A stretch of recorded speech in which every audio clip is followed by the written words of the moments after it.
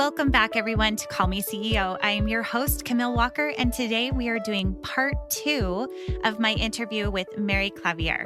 If you missed part 1, please go back and listen because she shares with us all about how she launched her product, Brief Transitions, which is a mesh underwear specifically made for women after delivering a baby. I don't know why this hasn't been to market before, but she made that miracle possible. Today, we're actually covering mind mapping and understanding how our brains work so that we can create the best business possible. This is something you're going to want to take notes with, so I would suggest grabbing a pen because there are so many awesome gems of wisdom here. I learned so much. So let's get started.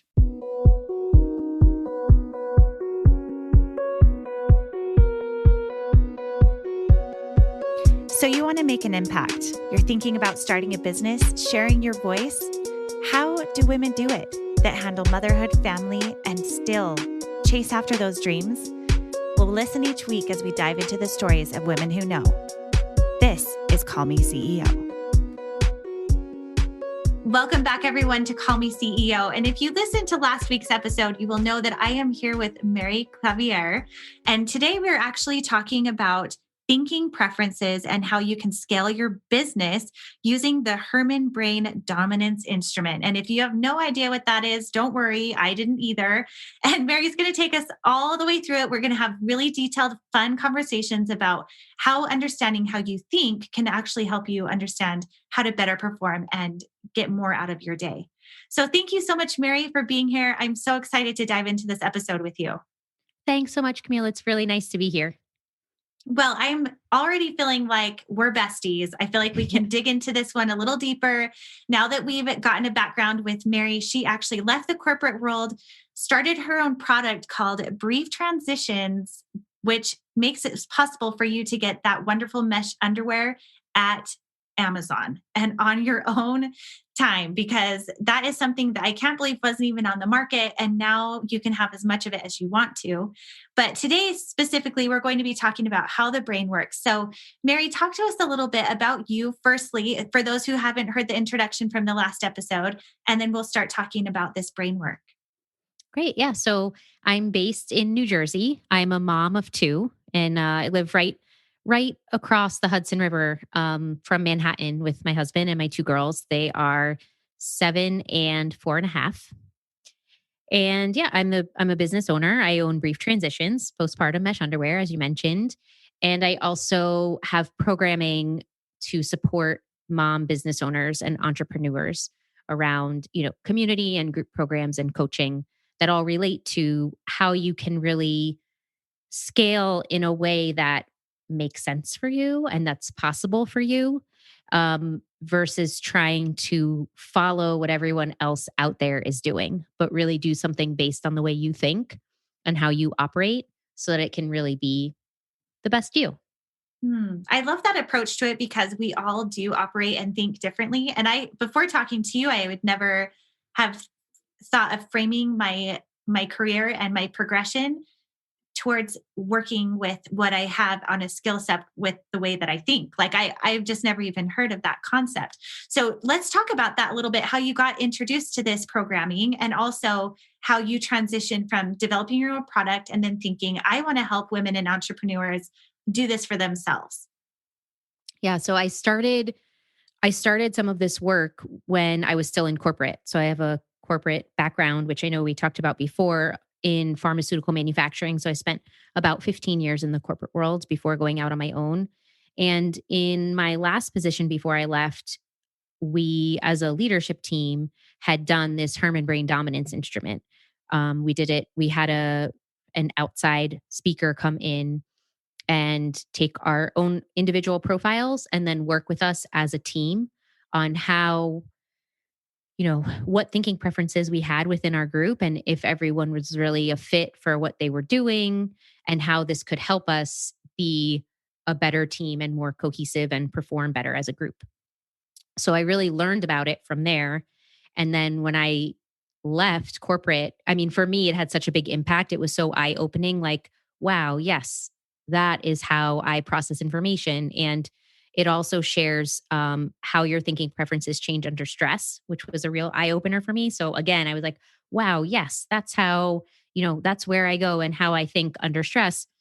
And it all kind of came together for me as something that was really impactful for how I operate my business and just how even just yeah, how I live on a daily basis, right? Like in my life and how I react to things at home with my kids, and even with my husband, it all ties together. So it's a really, really great way to kind of have some self awareness and get some self development with also there's practical applications and tools. So it's not just like this is your personality type of thing. It's not a personality test. So it's really about how you prefer to think and what you can do with that information in very practical ways, which is really my style. Yes. Okay. I just want to dig into this a little bit more. What is it how many different types are there? Is it like a set of four, or how is it categorized? And how do you really understand what it is that you are and how to move forward with that? Yeah. So there's four quadrants to the brain, the way they have it set up: the analytical quadrant, the creative quadrant, the emotional or relational quadrant, and the implementation quadrant. So there's these four different parts to the brain, and what is done with something like this Herrmann Brain Dominance Instrument is it's called whole brain thinking. So even though you might have a thinking preference, like say you can be a combination. You can have from 1 to 3. Most people do not have all four as their top preference. 1 to 3 preferences. And then it's about how do you use those, right? So for example, if you're really analytical and you're really, practical and really a doer, very tactical, you could have thinking preferences in both of those quadrants and really process information in that way. But then if you look at it from a business perspective, you're leaving out the creative aspect and the emotional or relational aspect of your business, right? So a lot of the things that are more associated with, say, right brain thinking. So when you use all four of them and you put processes in place or use this as a tool, using all four of them is really about whole brain thinking. So you're not leaving anything out. You're really following and using your whole brain, or you have other people in your team, right, that have these other thinking preferences from you so that you can still be a whole brain. Because you really, I mean, if you try to operate a business and you don't have the analytical quadrant, like that's where everything is with the data and with the financials and running a business, you can't really run a business without that, right? But Mhm. if it's not your preference, what things can you put in place to be able to have that still standing in your business because you want to be successful for the long term. Yes, I know this wholeheartedly with I analytics for me is not my favorite. Spreadsheets, I mean, I think they operate beautifully, but it's just not my go-to. And thank goodness I married someone with that brain type because he runs my finances and he loves spreadsheets. And if I ask him about creative things, it's funny because he'll just get really overwhelmed and say, "Oh, I just don't have the mental capacity to even process what you're saying." But if there's a spreadsheet or something where he says, "Oh, just take all that data, plug it in, and you can do this equation and it will give you the output for the profit loss or gain from each whatever transaction." And I'm like, I can't do that. Like it's just so it's Yeah. funny because I even just listening to that description, I very, very easily can pick up on things that I know my husband and I. And thank goodness, again, I feel like it's those complementary angles, opposites attract thing that he will do the financial part of my business. And thank goodness, because I know that that is not my strong suit.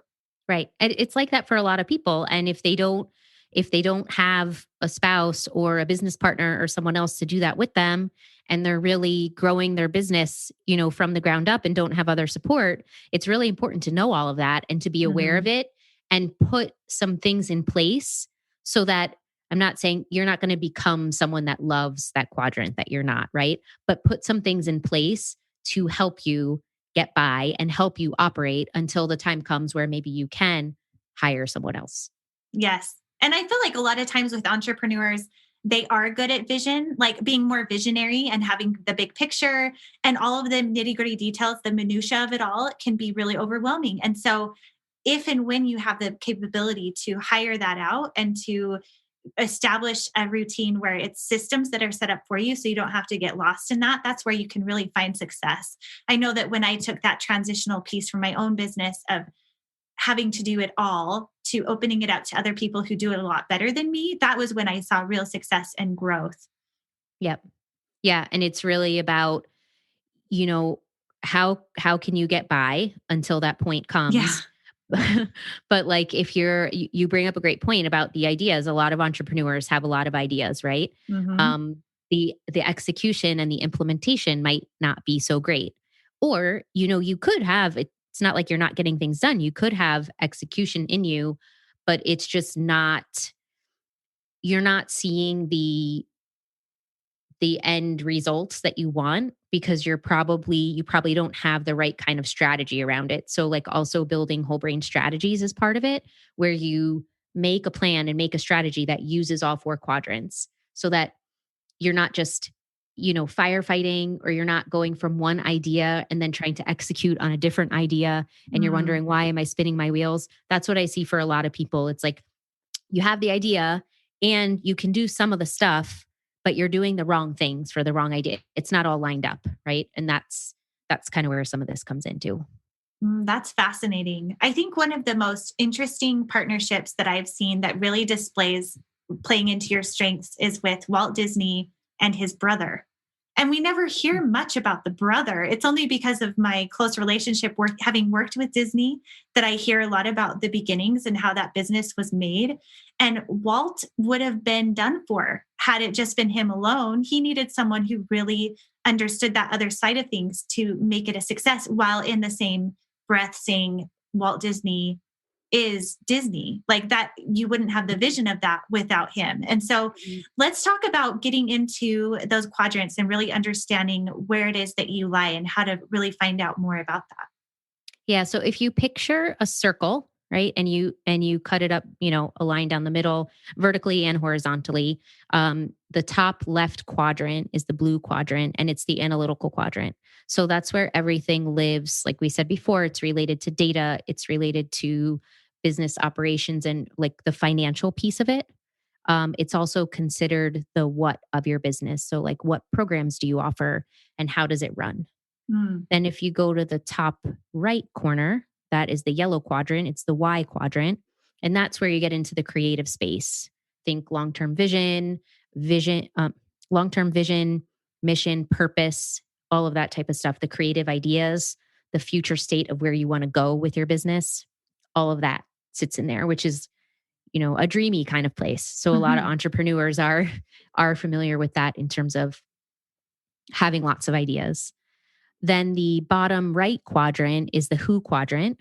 That's where the emotional and relational side lives. So, really about relationships with other people, um, how you connect with, yeah, with feeling and with, for example, in business collaborations, like who are you collaborating with, working with, the customer service part of connecting with your customer, all of that goes in there. And then the bottom left quadrant is the green quadrant. That's the how quadrant. And that's around implementation and processes and um, how you are executing on your ideas.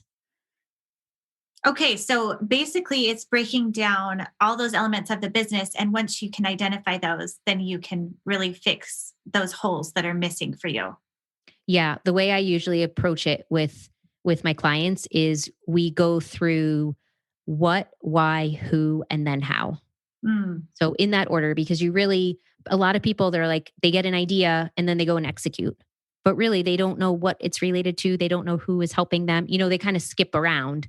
Or, you know, people that are strong in the what and the why, they'll look at some data, they'll have an idea, and then they'll say, okay, let me look at more data. Now I have a new idea. And they'll kind of like circle and loop in like data idea without actually executing. Right. So there's a lot of people. I mean, you could probably think of people in your life that are like that. Maybe they have great ideas, but they never actually follow through and implement on them. Right. They're missing a lot of that green, a lot of that how quadrant.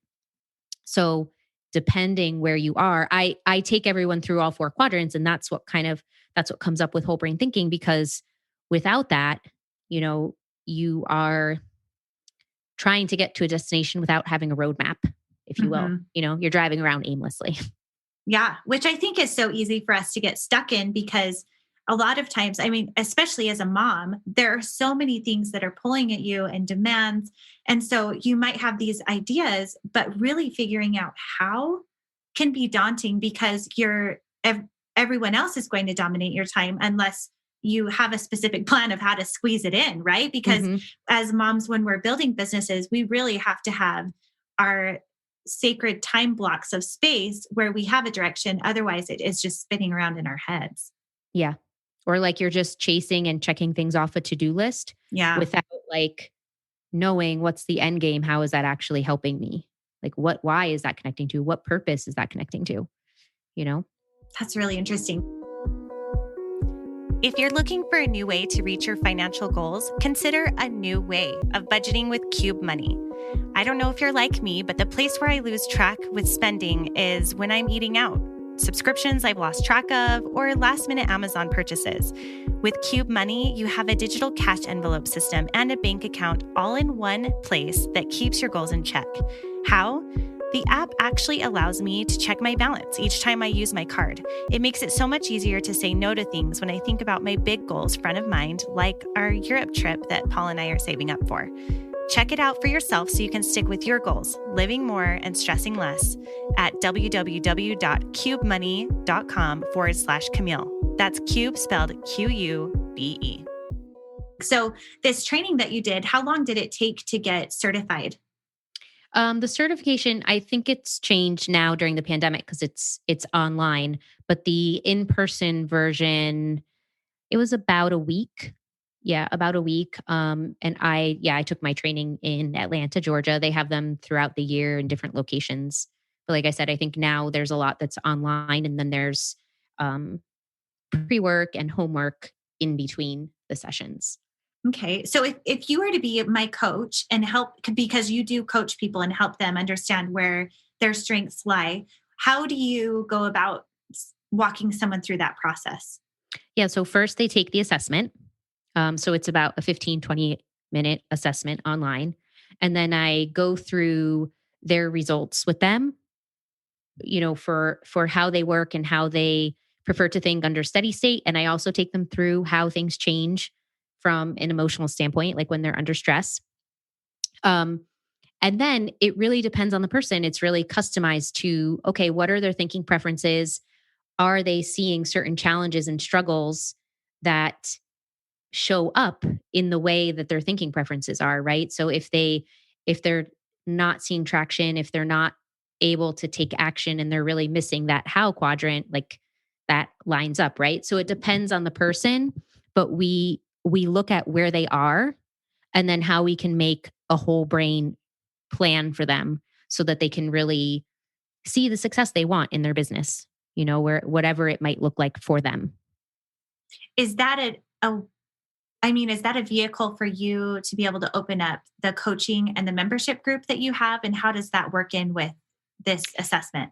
Yeah, so it depends. I use the assessment as a tool for all things really. For one-on-one work, it's obviously very powerful because everyone gets individualized instruction for where they are and where they want to go. That's how they can see perhaps like the fastest results and the ones that are most unique to them.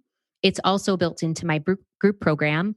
So I do a group program for mom business owners. It's a 12-week group experience. And one of the first things we do in there is people also take the assessment, and I teach them about the assessment. And then we apply that in both life and in their business.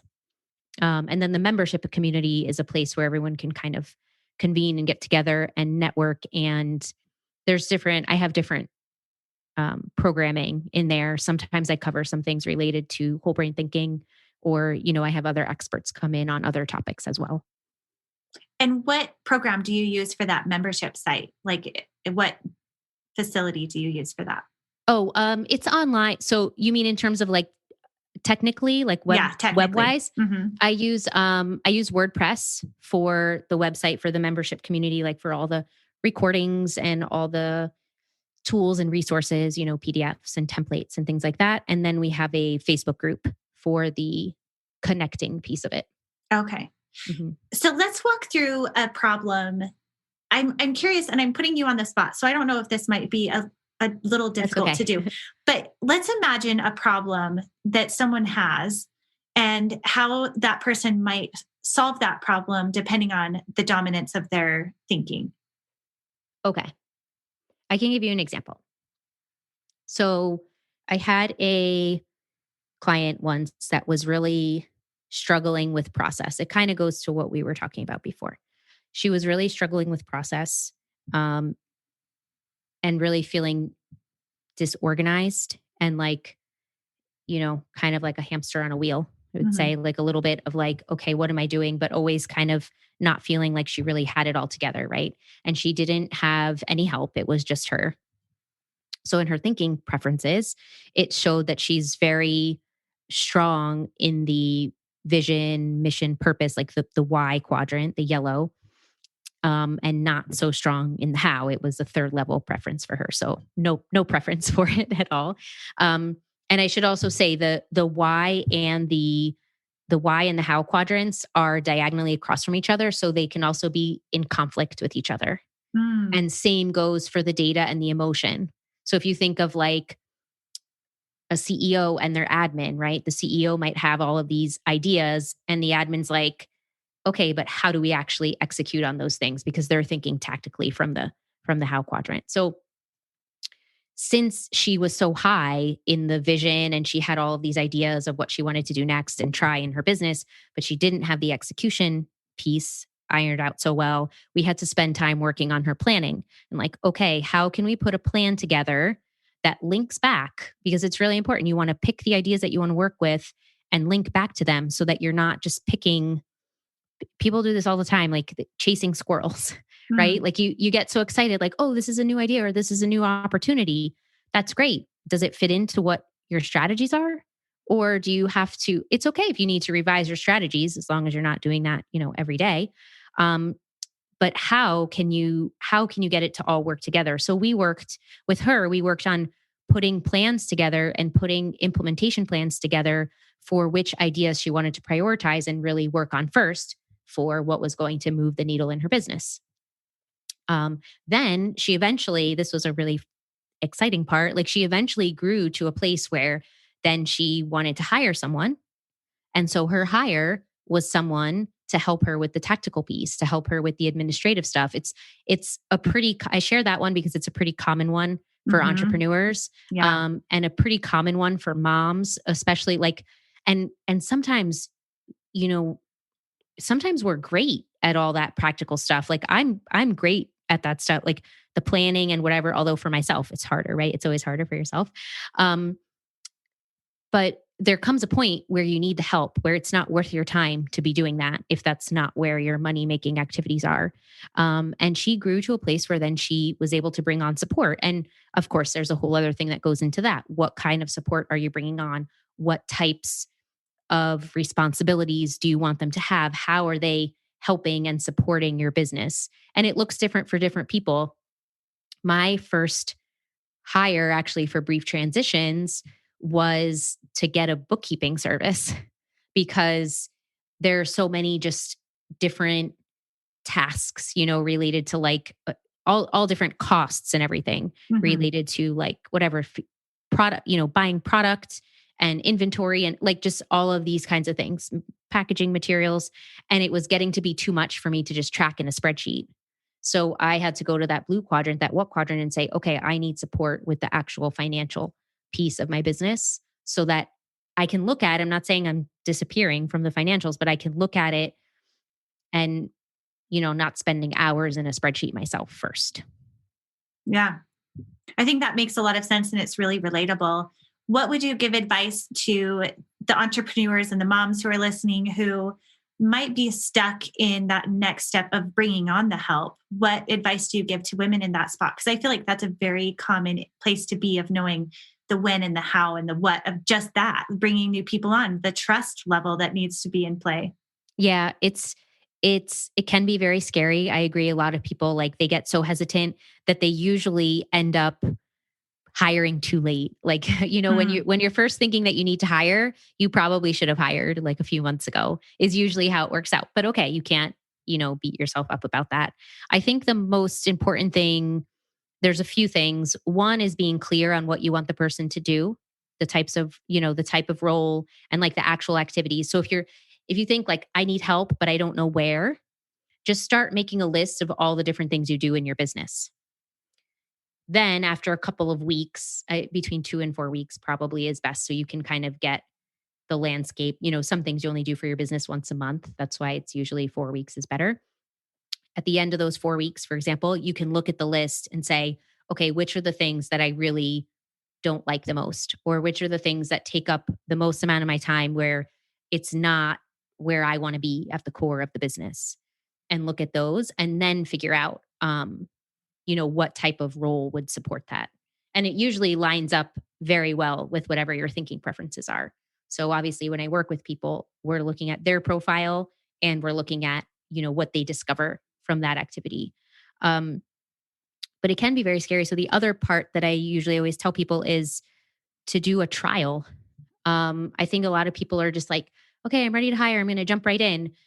But doing a trial over a 2 or 4 week period, depending on the role and if the person's open to it or whatever, or signing up for 1 month first, or making up, an example, giving like 1 or 2 or 3 tasks to them to see how they handle them, to see how they communicate. All of those are really helpful things to do because you can learn a lot from interacting with someone on those, few things. And it saves you a lot of time in the long run if you learn some of that up front, because you'll know right away sometimes like this person is not a fit, and before you spend all the time fully onboarding, integrating them into everything, and then seeing that it's not the right person. That is really good advice. I think that you can know a lot just from a couple of brief to-dos, tasks, whether or not they do the work quality that you're looking for and or if they communicate well with you. So that is excellent advice. Yeah. I always recommend that because it might seem like a lot in the short term. A lot of people don't necessarily like to do that because they're like, oh, I have to set this up and it's not, for real. Like it's not I don't know for sure that I'm committing to them, but that's kind of the point. You do that so that when you're committing to them, it's going to work or not, or it'll be better at least. Mm-hmm. Yeah. No, that's fascinating. Today's review comes from Allergy Awesomeness. As a small site owner and as a fan of Camille and Jen's for a long time, I've really enjoyed this podcast. I love hearing how successful people became successful. It's easy to think it all came easily to them, but it's encouraging to hear the backstories and hear what were the pain points too. Excited to hear more. Thank you so much for this review. It truly is my favorite part of sharing these stories is the ups and the downs and what we can learn from them together. If you want more from the Call Me CEO community, please join us at Call Me CEO community on Facebook and on Instagram at Call Me CEO podcast. I would love to connect with you there. So tell me about, through the lens of seeing yourself and the way that you're able to think and process better, have you found that once people get a hold on understanding that better, that they're able to operate better in their lives and moving forward? Is it something that you need to keep getting a refresher on, or once you understand it, you have the tools you need? Understanding it is definitely the first part. And I think there's a lot you can learn just in the beginning in terms of tools or different techniques to help you. But there is so much that you can grow and learn over time, like specifically with the Herrmann Brain Dominance Instrument. There's a lot of different whole brain applications. So you can apply it, like I said, to business strategies. You can also apply it to communicating and the way you communicate with people, recognizing, there's clues, recognizing how they communicate, and then, meeting them where they are. So there's all kinds of other, there's whole brain innovation, whole brain teams, like running teams and everything. But the thing that I would say it was very powerful for me was understanding how my thinking preferences change under stress. So I become very emotional. I go to the emotional quadrant under stress. I go like fully into the red quadrant, so the relational quadrant. So it it usually shows up like that I'm putting stress on myself, right? Or whatever, even if a situation triggers it. And then I'm like reacting to that somehow. And what I've learned and practiced over the years is how can I stop reacting in that moment and give myself time and space and then bring myself back to center. So like, for example, when you get, frustrated with your kids, like this is what a lot of people talk about. Like if I get frustrated with my kids and then I start yelling, what can I do? So there's like acronyms, like in that situation, you can tell yourself stop. So stop, it stands for stop, take a breath, observe what's going on, and then proceed. And it can bring you back, like even just, you probably I hear this a lot from different people, either coaches or doctors or wellness experts, taking those breaths to center yourself is a really powerful tool. It seems like something very simple and like, oh, that won't work, or I don't need to do that. But it really works. Yeah.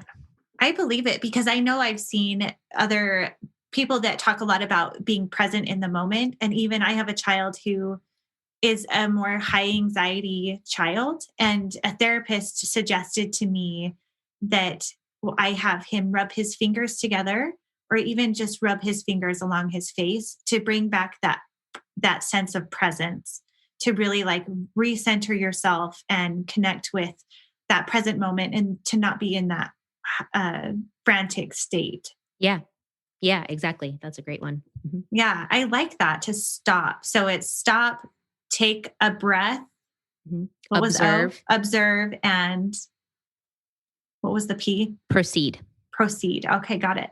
Yeah. Mm-hmm. That's really interesting. I think a lot of us do go to that emotional state when we are upset or angry. And that's so easy to do. And to take a breath and really assess what is happening in the moment is so essential, especially as a parent, because it's hard. Yeah. Because if you're going to change, if you really want to make a change, you have to do something different, right? Mm-hmm. You can't continue.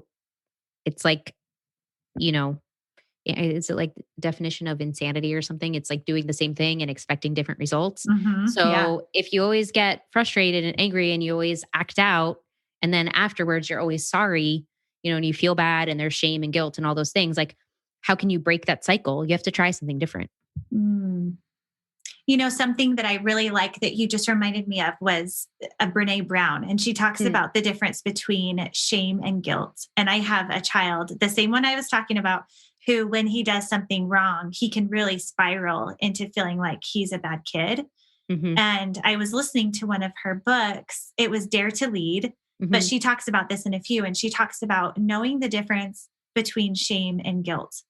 And shame is believing that your actions make you a bad person, where guilt is recognizing that what you did was bad and that you're not bad. It's the action. And then when you can say sorry and improve from that. And so, explaining that to him, and even saying in my own situation, when I yell and when I make mistakes, I mess up too. Everyone messes up. It doesn't mean that I am a bad person. It means the choice I made was bad. But we can learn to apologize and to be better. Like that's the whole point of this life, right? Exactly. And so I think being human and really allowing your child to see that in that moment is empowering for them, because then they know that the same grace extends to them.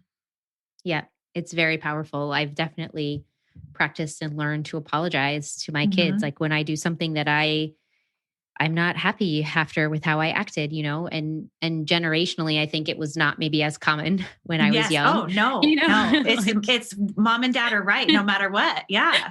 Right. And now I'm like, I was wrong and I'm sorry. And I can like literally see the expressions on their faces change when I do that. It makes a really big difference for them. Yeah. I love that. I listening to the way you talk about how the brain systems work and that preference makes me want to learn more about it, not only for myself, but for my children, because I think that we're all different. We're all wired different. So whether it's a working relationship or a familial relationship, understanding those things really does make a difference. Yeah. Yeah, definitely. So there's individual pair and team reports. Like you can use it with one person or two people or, 3 plus, and like it'll overlay the results, how everyone thinks compared to the others. Super powerful. But for my certification, one of my pair reports was with my husband. So that was super eye Mm. opening because Oh, I could see yeah. like, oh, this is why there's so much tension when we fight. Like, you know, like how he processes and handles when he's stressed compared Mm. to me is very Yes. different. It's very different. So since I learned that, like I do find I have more patience and understanding and compassion just because I know he's coming from a different place than me. And it's just easier when you can see it in like a tangible way, Mm. that it really makes a difference. That's so powerful. I feel like this is a training that everyone could benefit from. So Definitely. this coaching that you offer, tell our audience how that works. What is the step in doing that? How can you be a role in helping them understand? Yeah. So really the first thing, I mean, it truly applies both in life and business. So I talk to people and meet them wherever they are, right? If Mhm. it's something that's going on in their home life that they really want a change with, or if it's something that's going on with their business, of course, they want to either scale or they want to start to see different results. Maybe they want to make more money or they want to reach bigger goals. Um, all of this helps them to get there. So I usually talk to people one on one first, and then we kind of go from there, see if we're a fit. And then they take the assessment, and we have some sessions around it to really get them to where they want to be. So from start to finish, how long is the process generally? It depends on the person. So, and it depends on what their goals are. I'd say anywhere from like 3 to 6 months is usually Hmm. how I work with people, because that's where you see more of the transformation. I have one-off strategy sessions too. And those are 90-minute sessions. So you take the assessment and then you get a debrief and we talk a little bit about your goals and where you want to go next. Most of the time, anyone that does a strategy session wants to continue because there's a lot that you can cover in 90 minutes is not, you know, enough for all of No, that. yeah, that's probably just scratching the surface. Yeah. I would think, yeah. Yeah. So would you consider yourself in a way, I know you're not a therapist, Yeah, but no. I think with understanding the way that the brain functions, you really are opening the door to understanding people's own emotions and ways of thinking, which essentially that's what a therapist is. And I think that that is so powerful that you can offer that. So on a whole, with your mom business coaching and everything, how does that integrate? Is that separate or does that integrate into this system at all? Yeah, I kind of work on them together. So you're right. I'm definitely not a therapist, but it's like I love this lens of like self-development and personal Yeah. development in a way and Mhm. personal growth. Um, and I integrate it. It's all about integrating it into what works best for people. So depending on if it's one-on-one coaching or if it's through a group program, whatever it might be for whoever comes to me, um, yeah, I work with them wherever they are. So obviously the higher touch and really where you see like the larger individual transformations is from the one-on-one work because we can really pinpoint and look at specific things like, do you really need to overhaul your strategies or do you need to overhaul your implementation plans? And it's not about getting like bogged down in a million things, but what are those top things that are really going to make the difference and move the needle? Hmm. What do you think has been the most rewarding? Uh, I don't know exactly how to frame the question, but the most rewarding aspect of doing this kind of work? Do you have examples of stories where you've been able to see helps? I just think putting someone through this process would be so moving for not only them, but for you. Like, what has been the most rewarding thing? Yeah, I mean, there's a lot. It depends on the person. Like, I just love to see their growth and where they were and how far they came. Like, if it's someone that, was running their own business and ended up hiring people, to scale because they're making more money and they can afford, they can afford to have the help and they need the help to support them with their systems and structure to grow. That's always super rewarding. But just even listening to people talk about eye-opening it is for them. And like, I'll have people come back to me months, like a year later, like even some friends that I've did the assessment for, and they're like, oh, I saw this, in my husband. And I was like, and it had a light bulb for them, or they had a situation at work, but they were just able to like put it into the context of this framework, and it really helped them. So there's so many different ways that it's shown up, but really when I see the growth, like the internal growth that they go through, but then also the, external accomplishments from that growth, it's really, really awesome to see. Yeah. I would think it would build the people's confidence who are understanding it, and really, because I think a lot of times, I know from my own experience, if I am unable to do something, or if I feel like I have shortcomings, that can really, you get down on yourself. Like, well, why can't I figure this thing out? Or why am I not awesome at coding or whatever the thing is?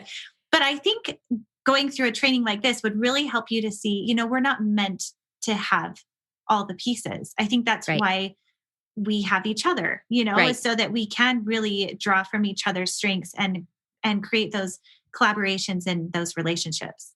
Yeah. As entrepreneurs, we either feel like we have to do it all or we want to do it all, right? Because we want to control all the different parts and do all the different things.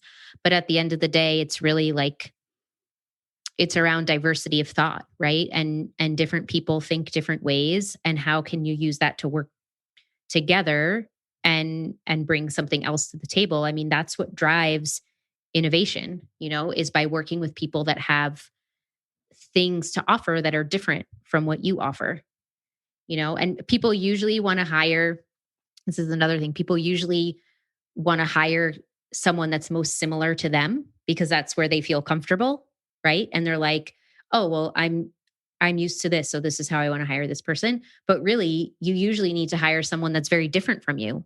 One, so that you can leverage their skill sets and their strengths and their thinking preferences. Even if it might come with a little more maybe discomfort because you're not exactly the same, but that's the point. I love that advice. First of all, I love that you said diversity in thought. I've never heard it put quite like that before, but there's so much strength in that. And I also love that you say that it can be uncomfortable, because I think a lot of times, many times, maybe those who are more introverted or may not be able to express themselves as well with word are fantastic at writing in a way that maybe you're better at speaking. I know that's in my circumstance, for example, or, someone who may not be able to communicate well with word is fantastic at creating code or whatever it is. Yeah. Like, there's just so many different intelligences. And I think that that's what is so beautiful, that I just love that so much. Yeah, me too. Very cool. Well, Mary, this has been so enlightening. I have loved it so much. We talked briefly before this call about taking questions and maybe doing a follow-up to this episode. So if that is something that you want to hear more about and you have specific questions for Mary and I to do another episode, please DM me at Call Me CEO Podcast on Instagram, and we could schedule a follow-up interview for that, as well as if you want to connect with Mary individually, she could do an assessment for you. So Mary, tell us where our audience can connect with you for learning more about this. Yeah. So the best place is maryclaviere.com. There's an option for both companies, like larger companies, and also mom business owners through the Transitions Collective, but it's all right there on maryclaviere.com.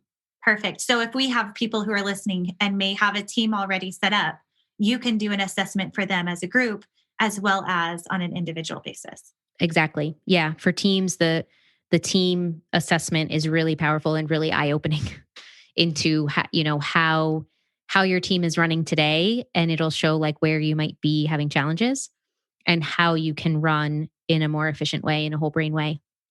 Yeah. Now, I have to ask, because I'm putting together my team right now. And what would you suggest is the best way for hiring? Do you suggest that someone maybe take some sort of assessment or test before you hire them, in knowing the way that they operate, or like a strengths finder type quiz or assessment, or what would you suggest for people who are hiring new people on their team? Yeah. So you can, you're typically not allowed to do some type of assessment like that and hire people because of that. Yeah. You can, when you onboard them, you can definitely have them do the assessment so you understand a little bit more. The key is really knowing the roles that you're hiring for and having the job description really suited with words and phrases and the actual activities that fit with that quadrant, with that type of person that you want to be hiring. Because then the people with those thinking preferences will gravitate towards that job description. Okay. So you're saying be really specific about the job that you need done and the task load, like what exactly it is that you're looking for, because then it will attract the right people, hopefully.